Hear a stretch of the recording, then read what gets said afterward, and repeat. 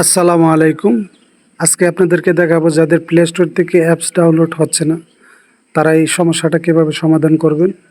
সর্বপ্রথম আপনার প্লে স্টোরে চলে যাবেন, উপরে কোনায় ক্লিক করবেন, তারপর স্ক্রল করে একটু নিচে আসবেন, সেটিংসে ক্লিক করবেন, নেটওয়ার্ক প্রেফারেন্সে ক্লিক করবেন।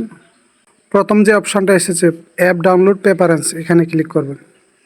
তারপর ওভার এনি নেটওয়ার্কে ক্লিক করবেন, পরে ওকে দিয়ে দিবেন। দ্বিতীয় যে অপশনটা আছে অটো আপডেট অ্যাপস, এখানে ক্লিক করবেন।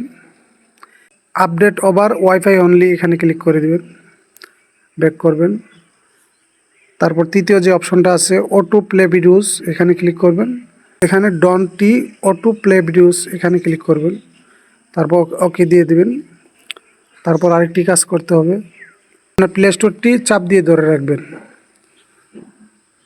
তারপর অ্যাপ ইনপুটে ক্লিক করবেন,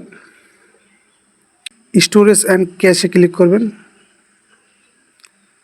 ক্লিয়ার ক্যাশে ক্লিক করবেন এবং ক্লিয়ার স্টোরেজে ক্লিক করবেন। ক্লিক করে ডিলিট করে দিবেন। বাস, আপনার কাজ শেষ। এখন আপনার মোবাইলটি রিস্টার্ট করুন। আশা করি আপনার সমস্যাটা সমাধান হয়ে যাবে। ধন্যবাদ।